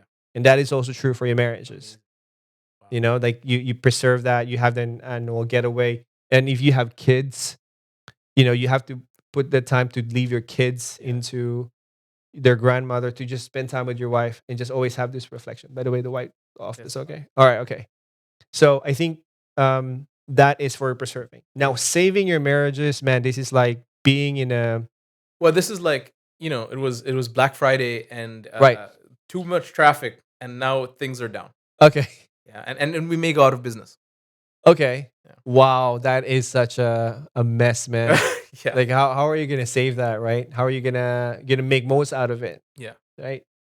However, I will change the analogy, because this is different. Okay. Because when you say you save your marriages, it's like you being hit by a bus, and then emergency people will come in, and then you have the bleeding, and you have a broken bone, and then the what do you call this? The nurses, ambulance will bring you to the hospital. Yeah. That's how I see saving marriages. Okay. It's not like like, oh, okay, we lose money, tough luck. Yeah. But it's like something, you're gonna die, the marriage is gonna die, and how they're gonna resuscitate you, or how they're gonna save you. And your partner will grieve forever. Exactly. Right. Yeah, exactly. So this is how I picture saving marriages. Wow. And when we go to that stage of our marriage is about to end, right? You always need to stabilize the blood, stabilize the situation. So you go back and how you protect it. Is everything okay? Calendar, finances, our plan for next week, food, children. If you have children, like, everything's just set. You're just trying to stop the bleeding. You're not yet going to the surgical part of the situation. You just trying to stop the bleeding, stabilize the person, and then you can start the surgical operation. So that's how you do the saving the marriages. You stabilize. Once you stabilize, you diagnose. Like in the doctor, what's the problem? Where exactly is the problem? And this is the part where you cannot save it by yourself. Right. It takes a miracle to do that by yourself. You need someone. You need, get all the help you can get. Yeah. You need therapy. You need coaching. You need the pastor. You need someone to save it. Yeah. Or even a group of friends. Or to partner with you in saving. Exactly. Yeah. But definitely, most of the time, 99%, you cannot save it on your own by the both of you, because that's already, it's already wrecked. You cannot talk to her. You already have so many problems, and it just keeps on piling up. Yeah. And so you need an outside support to diagnose that problem, to stabilize both of you. Yeah. And you need to go into that therapy or counseling or consultation or coaching to get that diagnosed. Yeah. And then after that's diagnosed, then the surgical happens, right? That is where you have to be vulnerable to the people around you and to be honest of what the issues are. Once that is laid out, once you're clear what the issues are, then that's the only time you can start, stitching back and healing and forgiveness, forgiving. And all of these things has to be open, and you have to be able to it's like when you're in a heart rate and your heart's dying, right? Because you're not fighting anymore, you're like just giving up. That's the same thing for your marriage. Like the moment you said, I'm gonna give up. And this is true for the coaches that I talk to, the clients that I speak with. If one of them just said, I don't want it anymore, there's only 20% chance. Oh my goodness. The marriage will be saved. 20%. Wow. And if there's already a third party, it's almost zero. Wow. That the marriage will be saved. Like there's the guy, if they've cheated or something. Yeah, if they cheated or they already love that person, almost 0%. Wow. It takes a miracle. Like knows no other way. Wow. But this is a really big change here. Both of them decide, I still want to fix my marriage. Yeah. I'm willing to change. It's 80%. Wow. 80-20, man. That's crazy. Yeah. So the odds are in the favor, so long as at least both partners actually want to save it. Yeah. Wow. If one partner already gave up and it's over, I always ask them, okay, how many percent do you feel that you wanted to save this marriage? And say, 95%. I wanna end the marriage. I always cling on to that 5%. Wow. Like, okay, let's try this out, and let's try every week. And then every week they change. Now, okay, and 70% it goes down because they still believe in that 5%. But it's like if you said, I'm done, it's over, the contempt, the stonewalling. Yeah. That is where it says, I'm done. Yeah. There is only so much the guy can do or the woman can do to save the marriage. Yeah.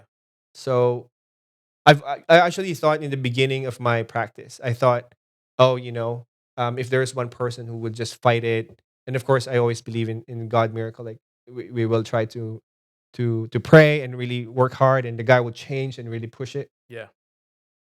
There's a human will, and that human will is also strong. Wow. Unfortunately, and I submitted to it. Like, if one person said no, there's only so much we can do. And over time, I learned I gotta tell this to my clients. I gotta tell them, look, if the other person says no, man, I'm gonna tell you it's 20%. Yeah. I wish I could say in your camera right now, I have 100% success rate of restoring marriages, but that's the truth. Yeah. You can't. Yeah, it's almost like even as the world's greatest oncologist, right? If somebody has heavily metastasized stage 4 cancer, you have to tell them you have 3 months to live. There's just nothing. There's absolutely nothing I can do. There's nothing anyone can do outside of God if you believe in Him. And so, wow. Okay. Is this why I keep asking myself? You're an embedded Linux engineer, right? And you've been. I mean, when we first met years ago, this was your thing. You're just coding, and you still do that. You're still coding.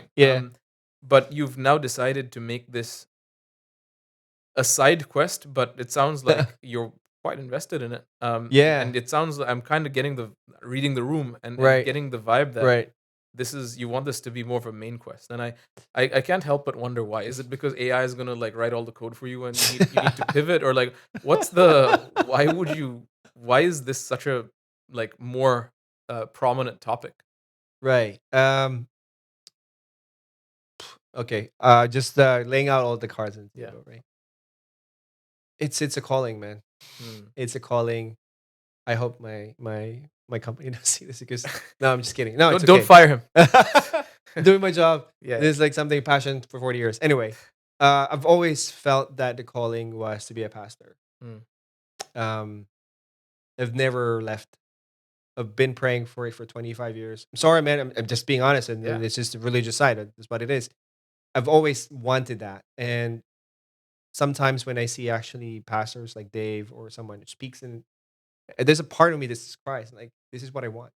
And you know, how do I get there? And where I am at right now in my expertise, where I'm at was in a marriage that's set up, because my wife and I, we had a lot of horrible, I mean, not horrible, really challenging experiences in our life. She almost died one time. What? Yeah, because of dengue in Philippines. My goodness. Yeah, we had to go. We had to go through that. Our my salary in Philippines was $400 per month. Oh my goodness. With the children of 4, so we experienced poverty. Yeah. Broken plates, broken doors. We've had that also. Have we been separated temporarily? Yes. Wow. We had a bad start as well. Like, I mean, honestly, we didn't get married when she got pregnant. So she got pregnant first, and in China, where we don't know the language that much. So how do you reconcile that with your religion? There's forgiveness. There's always redemption, man. Like, that is somewhere I've been very grateful for, because of the redemption and the forgiveness that God gave us. Yeah. And restoration as well. Because I was a missionary before that happened, and this happened. I had to confess it to people that I know, and over time, just you get restored. And so with that situation, I had a lot of things to share. I had a lot of things to tell people. Yeah. Like, hey, there is a way, there is a chance. But that's because my wife and I decided that we're gonna stick through no matter what. And if you also had that decision with your spouse, you're willing to go through fire together. It's just that decision the both of you need to make. Yeah. Like, if you both said, hey, we're gonna go ride or die, go through hell, shadow of death, you're gonna make it. And you will endure all of these temptations and trial and tribulations the world throws at us if you guys stick together. And that's way better than any kind of friendship you have. I assure you. I mean, I've always struggled before. What about those army guys who've went through hell, right? Yeah. In the let's say in Iraq or Iran war. Yeah. Am I confident to say that marriage is still tighter than their brotherhood? Yes, because in marriage you're gonna experience not just death but also life. When you bear kids, raising kids, how they life and how they grow, and where you live from one point to the other, in some boring days, some beautiful days. You're gonna have a lot more experience with your spouse than with any other person that you will ever have in your life. Wow. And that makes it all, I mean, it sounds like from our discussion today, marriage is just a ton of work. And it sounds like it's a lot, man. It sounds like there's a lot I mean, you've got to make this list first before you're even married, right? And then you've got to Right. you've got to marry after dating and stuff. And then if you survive the timeout, you've got to, you got to go on this journey, and you've got to do all this work. You got to say goodbye to your friends. You've got to, there's so much, and I would be remiss if I didn't ask, is it like, why is it even worth it?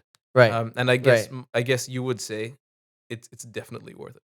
It's definitely worth it. It's nothing else comes close. If you know what marriage by design is, nothing else comes close. Not even, I said, surviving war. Not even having the brotherhood that you have for the best of your life. Not even having the best adventurer in the wild. Wow. Nothing comes close. Marriage is the highest form of human relationships. Wow. That yeah.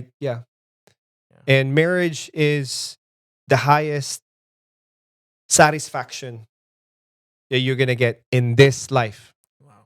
Not the business, not the money, not the fame, not the influence. Yeah. If you have a good marriage, everything seems like dull. Yeah. I mean, waking up with someone, hey, you have this person that's just gonna spend the rest of your life with you, and you're just gonna laugh together, and you're gonna go through adventures together and then you're gonna raise a child. And see a person living in your home. Yeah. Sometimes it's boring. Sometimes it's you said it's a ton of work, right? But the truth is, anything is a ton of work that you wanted to work on. Whether that's sports, whether that's podcast, man, you did a lot of things to setting this up. Yeah. Right? But because you're passionate, you like it. Yeah. But marriage is not always just this default driver that we think is just going to work on its own. Yeah. You know? Wow. And we had this wrong mindset that this is not important at all. Yeah. But that should be the most important thing that Yeah. you're going to work on. And so we need to change that. Yeah. And I assure you also, another promise is that if you choose to become a husband first, anything else below will be beautiful. So you choose like you're a great husband, and then after that you want to be a great dad, and you wanted to become a really good businessman. Yeah. If you choose being a great husband first, I assure you, you're going to be a great father. Mhm. You're going to be a great businessman. You're even going to be a great friend to people around you. You're even going to be a great, I don't know, basketball player. How can this be true? How can this be true if to be a great businessman you have to spend a lot of time doing business, Right. right? But if you spend that time instead with your wife, Right. how do you become a great businessman that way? Well, I mean, of course, have to have that prioritization, right? Yeah. But because you are well suited, you're well confident. Right. You So know? you're saying if it was time equivalent to Right.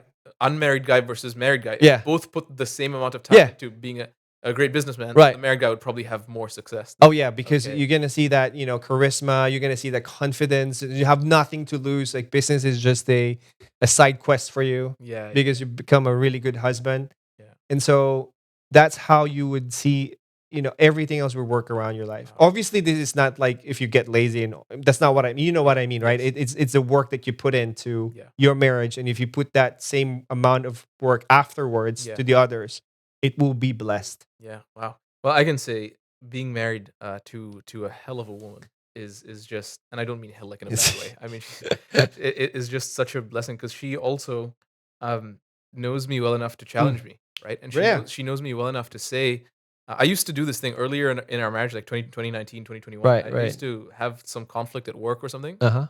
And I would go to her and be like, "Can you believe he said that?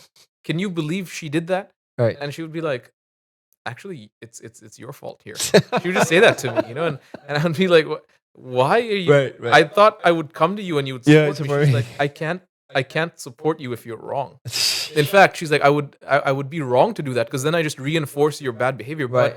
But if in love I speak the truth to you, and correct you, Right. and if you allow me to, Right. Yeah. then we can unlock Right. the better version of you that Yeah. I know is in there. Yeah. You know, and it's not like she's trying to fix me. Yeah. But when I come with something that's clearly a flaw Right. or a kink in my armor, Right. right? Then she's gonna be like, "Hey, let's plug this hole together." Yeah. And I can say confident this has made me a better businessman. I will brag on my wife a little bit because I 2023 I Yeah. decided I'm not gonna work a job. I'm going to start my own business. Yeah. And I started this business and it was scary. It was so scary. Oh yeah. Because I and different people think differently about this. I'm not saying one should agree with me or not, but Yeah. my conviction is that the sole, maybe not the sole, but the core Yeah. financial responsibility falls on me. Meaning, if my wife wants to work, she can. Mm-hmm. If she doesn't want to, also she can. She has freedom, Right. and it should not affect our lifestyle. Yeah. If she brings in money or if she doesn't. Right? Okay. So that's my thing. Right. And so Nice. yeah, but I started this business, and guess what? There was no money because I need to do sales, I need to do marketing. I was like, whoa, this is the first time in my life. Right. There's no guarantee of money. Uh-huh. And I had all this anxiety, and I was very scared. And I said, maybe I shouldn't do it. I'm going to start looking for jobs. Maybe I Okay. shouldn't do this. Yeah. And she said, what do you mean? This has been your dream, Right. right? And I said, yeah, but what are we going to eat? Yeah. And she's like, look, I believe in you. You can do this. Wow. Wow, man. I'm telling you. And I said, why? And she's like, because I've literally lived with you. Yeah. I know what you're made of, right? And Yeah. she gave me this confidence. But I said, what if I fail? Because I think every man has the what if I fail? What Yeah. if I fail? Yeah. Right, we Yeah. don't eat if I fail. Yeah. And she said something that unlocked me to be whoa, you know? Like she said, Right. look, the worst that can happen Yeah. is that you fail Yeah. and then we lose our home Yeah. and we just go move in with my mom Yeah. for a couple months. Yeah. And she said, actually, this would be a blessing because my mom lives alone right now. All the Oh, kids have wow. left. Yeah. My mom would love it. Yeah. She would enjoy it. She would enjoy it. And so she's like, honestly, It's just win-win. And Yeah. she had this talk with me, and I was like, oh, that's amazing. Right, nothing to lose. Nothing to lose. And this freed me up to where this became the fastest growing developer marketing business in Europe. And I have never seen that much cash ever in my life. Wow. Yeah, and half of it went to the government. Which, I'm happy to do so because it comes back to us anyway. Right. But it was you say being a good husband will unlock business. Right. That is tried and tested. And I Wow. wholeheartedly agree with you on that. So Man, amazing. Yeah. That's a good testament. That's a really good vulnerable story right there, man. Yeah. That's amazing. Thank you for sharing yeah, that. absolutely, man. So okay, let's start to wrap up. I want to hear from you, maybe 3 sentences or more, Right. minimum 3, Reasons. on Okay. on the worthiness of this. Like convince me. I'm skeptical. I'm listening to this podcast and I'm like, these guys are full of shit. They don't know what they're talking about. Yeah. I'm living with a girlfriend. Girlfriend's enough for me, bro. I don't need that shit. You said it's worth it already. Mhm. I don't believe you. Mhm. Let's try again. Mhm. Is it worth it, and how and why?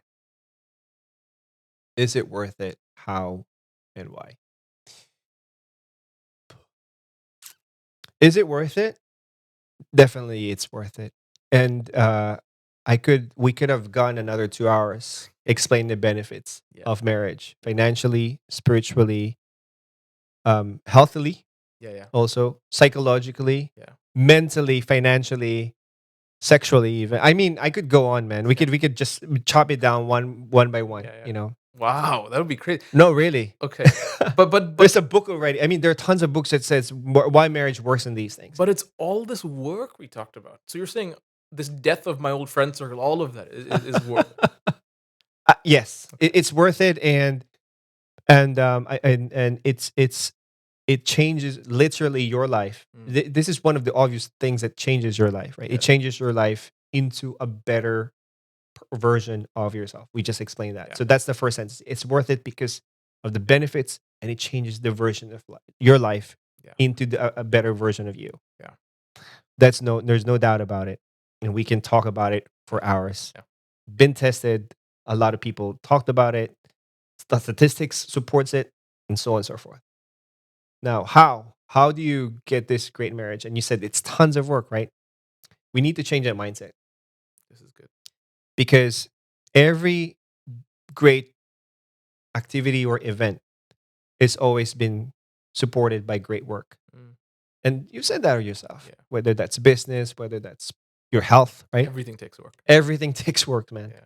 You cannot expect marriage to just flourish on its own without work. That's good. That is also true by how. And why? It's because that is, personally, I would say that is the best identity you can put to yourself. Really, that's the best identity you can put. You could, like you said, you could fail your business tomorrow. You could fail your health even. And I mean, I'm gonna even go beyond. You could even fail your children because you don't have control over them. But if you have great marriage, at the end of the day, you look back, and if there's only one person at your deathbed, which was your wife, your life has always been worth it. Wow. I think that's on that incredible note. I would be so remiss if I didn't say, Paul, just thank you. It's been such a we went quite far. We started literally at the beginning, Right. And I think it's fair to say we've explored so many different permutations of what a great marriage can be. Right? From losing your old friend circle to should I just live with my girlfriend, all the way to okay, no, I made my list, I married, but now my marriage is in trouble. And we really explored here, and you've done such a faithful job, I think, representing all sides. We talked about religious abuse. Right. We talked about how some people don't want to go to church because church hurt me. Yeah. And we did cover a ton of content. So on behalf of myself and all the listeners, man, thank you so much for coming on and just sharing all of this with us. I think it's valuable, and I think the work that we've done today, genuinely, the seeds we've planted will lead to a harvest one way or another. And so thank you. Thank you, Tejas, for having me here. It's such a honor to share this mission that I have, is to protect marriages, make marriages thrive, make marriages beautiful. Especially if you're in an interracial, intercultural relationship, then sometimes it's really horrible. Yeah. But yeah, if no one tells them this, and even though a lot of books are already written, but maybe not in this content, not in this format, we got to keep saving marriages, man. Yeah. Fantastic. And thank you for being part of that. Like that's amazing. Just opening this platform, for listeners out there who's been struggling, they have something like this to listen to. So thank you, man. Thank you as well. Thank you for joining my discussion with Paul Aragones. So how was it? Let me know on social media. Are you going to get married? Are you going to implement some of these things? Do the metaphors about software engineering track? Again, this podcast is for you, and so it's important that you speak to me and tell me, give me some signal to noise. If you're interested to learn more from Paul, if you're interested to get one of his workshops, he's on social media. His links are in the show notes. I'd encourage you, reach out. He would very much welcome that. For now, thank you so much for your interest in this podcast. Thank you for being a part of it. And most importantly, thank you for your interest in engineering a great marriage.